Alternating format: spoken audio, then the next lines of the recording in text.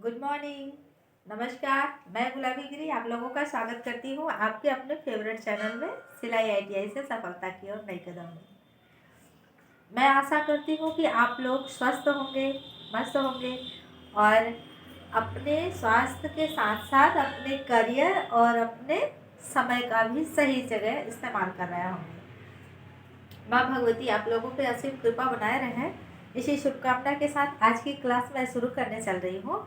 My dear friends, आज आप लोग सीखेंगे जेंट्स सादा पायजामा। आप सिलाई आईटीआई में आज सादा पायजामा सीखेंगे। देखिए, उसके साथ साथ एक सफलता का छोटा सा मंत्र जो हर किसी के जीवन में बहुत ही मायने रखता है। अगर आप कोई कार्य कर रहे हैं, मेहनत खूब मेहनत करो, पर वो मेहनत सही दिशा में होना चाहिए। जब मेहनत सही दिशा में होगा तो सफलता आपको निश्चित मिलेगी। जैसे आपको क्या करना है, मेहनत। आप सभी लोग मेहनत खूब करते हैं, पर मेहनत कैसा कर रहे हो, कहाँ कर रहे हो, और इस मेहनत का रिजल्ट, दिशा, डायरेक्शन क्या है। इस मेहनत का दिशा अगर ये सही दिशा में है तो आपका सफलता तय है। सफलता आपको तय है। अगर यह आपका दिशा गलत है तो यह नामुमकिन है। जैसे अभी आप कहाँ बैठी हैं, अभी आप शिवद्वार में बैठी हैं ना।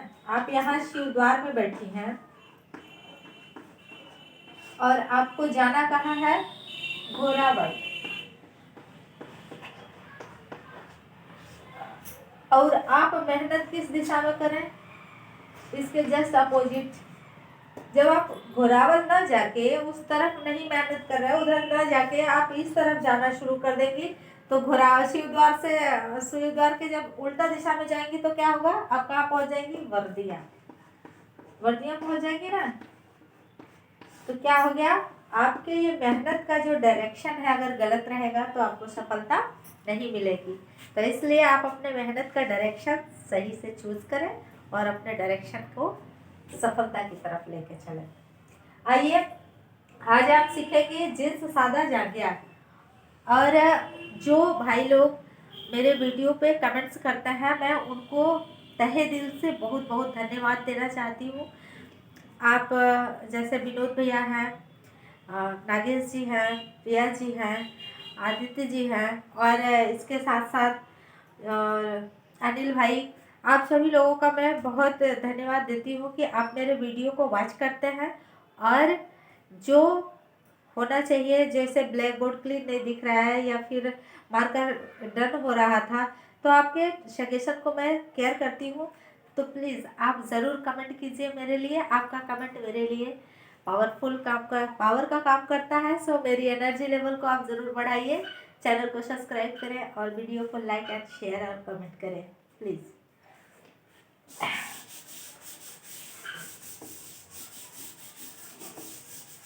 तो बच्चों, आज आप पढ़ेंगे जेंट्स सादा जांघिया।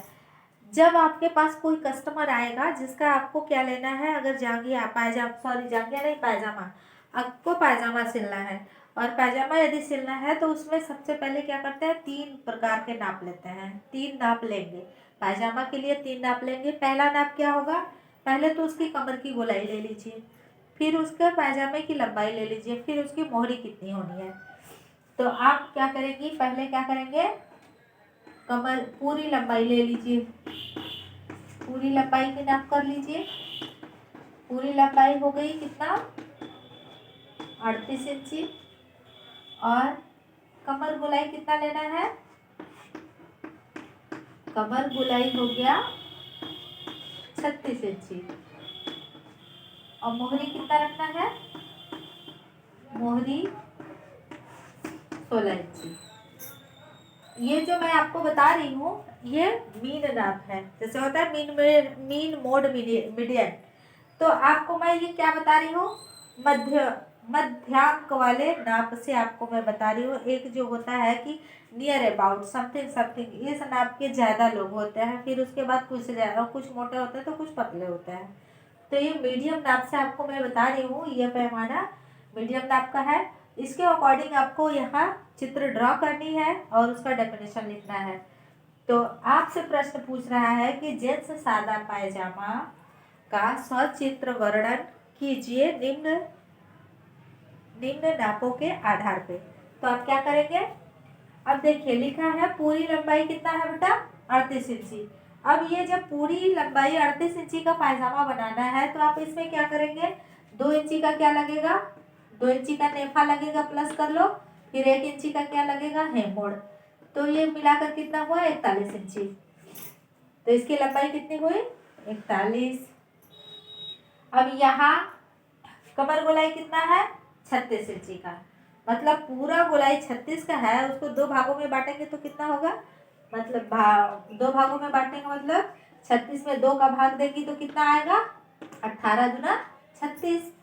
तो 18 इंच का यहाँ इसकी चौड़ाई खींचेंगे, इसकी चौड़ाई आपने कितना रखा 18 इंच। ठीक, अब इसकी लंबाई इसके समथिंग इसके समान रख लेंगी 41 इंच।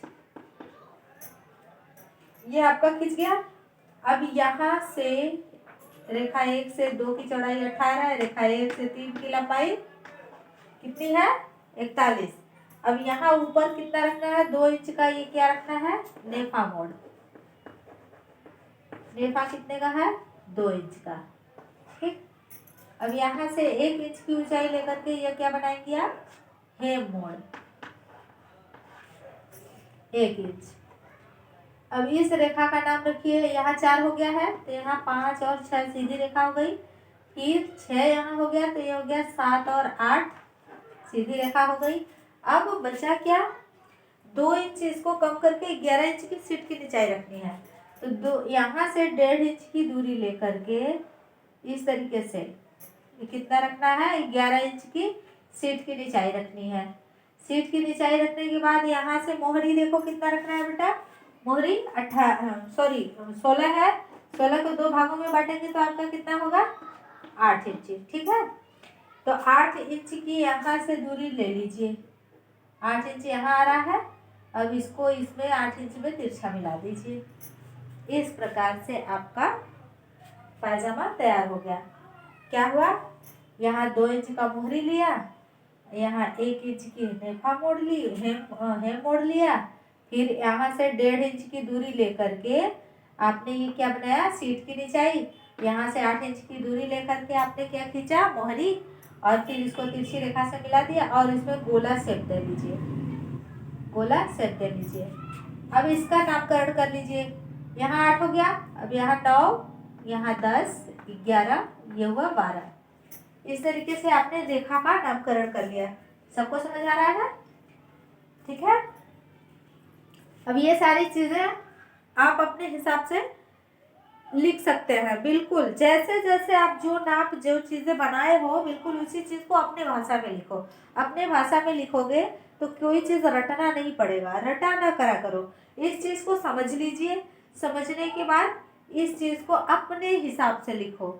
और फिर भी हम लिखा दे रहे हैं, देखिए अब इसका हम लिखेंगे कैसे। यहाँ लिखते हैं डेफिनेशन, क्या करा आपने सबसे पहले, ये कितने तह कपड़ा है, ये 4 तह कपड़ा है, 4 तह। ठीक है, तो लिखिए सर्वप्रथम 4 तह कपड़ा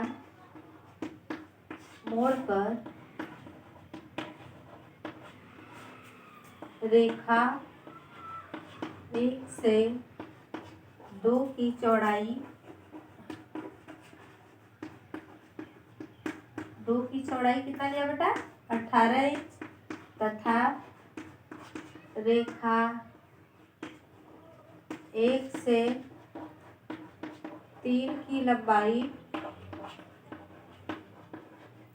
3 की लंबाई 41 इंच लेकर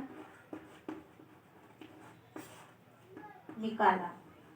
क्या निकाला, यहाँ लिखा है ना कपड़ा, यहाँ लिखा है ना 4 तह कपड़ा मोड़कर निकाला बीच में। ठीक है, अब आपने ये कपड़ा निकाल लिया। अब क्या हो रहा है, अब यहाँ रेखा 1 से 2 इंच की दूरी लेकर रेखा 1 से 2 इंच की दूरी लेकर क्या करना है बेटा, बिंदु 5 को 6 से सीधी रेखा में मिलाया। सीधी रेखा में किसके लिए मिलाया? नेफा मोड़ के लिए। क्या बनेगा बेटा उसमें? नेफा बनेगा ना। नेफा मोड़ के लिए मिलाया। रेखा मोड़ के लिए मिलाया। अब इसके बाद क्या हो रहा है, नीचे की तरफ देखिए, बिंदु 3 पे कितनी ऊंचाई लिया आपने? 1 इंच की। 1 इंच की दूरी लेकर के ये क्या हुआ, 7 से 6 को सीधी रेखा से, 7 को 8 से सीधी रेखा से मिलाया। किस लिए? हेम मोड़ के लिए। ये चीज लिखना है। अब लिखिए, रेखा 3 पर 1 इंच की ऊंचाई, यहाँ ऊंचाई ले रहे हो ना, यहाँ नीचाई लिए हो, यहाँ ऊंचाई लिए हो। 1 इंच की ऊंचाई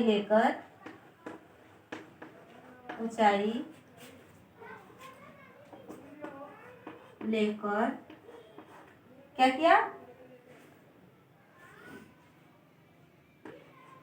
रेखा 7 को 8 से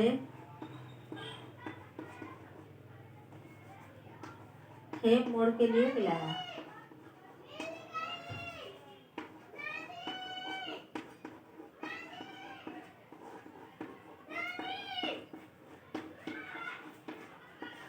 ठीक, अब आपने हेम मोड़ के लिए मिला लिया। अब हम किसकी बात करेंगे? इसके बाद क्या बनाया है आपने? सीट की निचाई। सीट की निचाई किस पे लिया है? बिंदु 2 पे कितना लिए हो? 1.5 इंच की दूरी। 1.5 इंच की दूरी आप यहाँ लिए हो।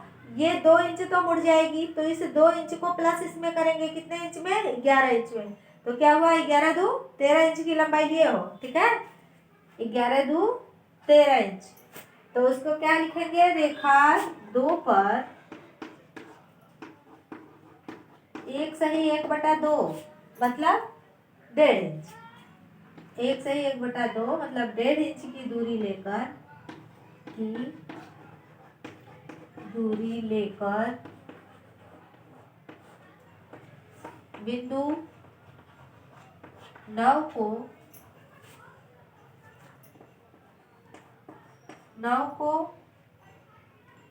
10 तथा 11 से यल आकार में 10 तथा 11 को यल आकार में कितने इंच में मिलाया? आकार से कितने इंच में मिलाया? 13 इंच। 13 इंच में मिलाया। ठीक, अब यहाँ आपने मिला दिया। अब क्या किया इसके बाद आपने?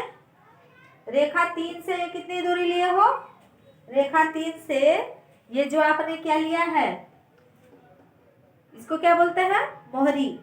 ये मोहरी है ना, मोहरी को आपने कितना इंच दूरी लिया है? 8 इंच। बहुत अच्छे। यहाँ से बिंदु रेखा 3 से 8 इंच की दूरी लेकर मोहरी के लिए, रेखा 3 से 8 इंच की दूरी लेकर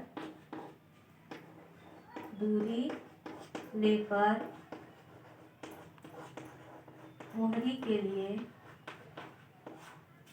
बिंदु 12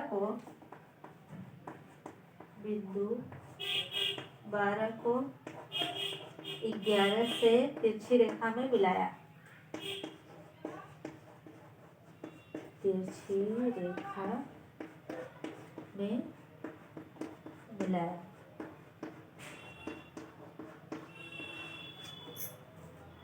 ठीक,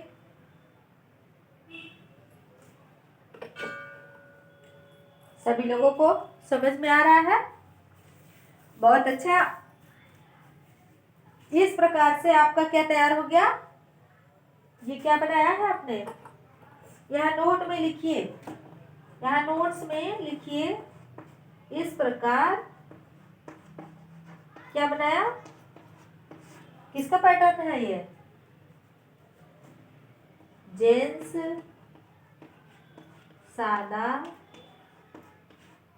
पायजामा का कटिंग पैटर्न, कटिंग पैटर्न का चित्र तैयार किया, चित्र तैयार किया।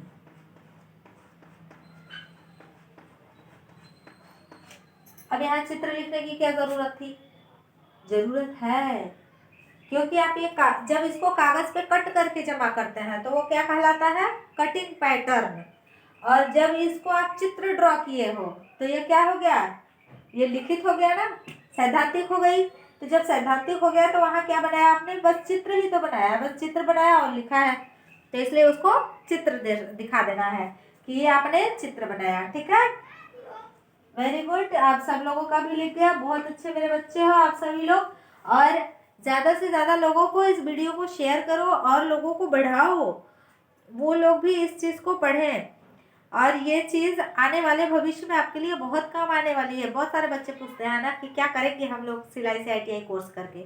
अभी 2022 में जब वैकेंसी आई थी TGT PGT की, उसमें सेविंग आया था। हाँ, सेविंग आया था। सेविंग के अकॉर्डिंग बहुत कम बच्चे थे उसमें। तो जिस जगह भरमार है, एक वैकेंसी आती है, हजार बच्चे एक वैकेंसी में फॉर्म भर रहे हैं, और ये इतना अच्छा वैकेंसी आती है इसकी, पूरा स्कोप खाली चला जाता है। तो ये एरिया आपके लिए बहुत बेहतर है। काम वहाँ करेंगे तो करेंगे, नहीं करेंगे तो जहाँ रहेंगे आप जिस एरिया में, अपने घर में बैठकर भी इस चीज़ को पढ़ने के बाद आप अपने बच्चों को सिलाई सिखा सकते हैं, अपने एरिया में सिलाई सिखा सकते हैं, और इसके साथ साथ आप खुद अपने लिए ये रोजगार डेवलप कर सकते हो।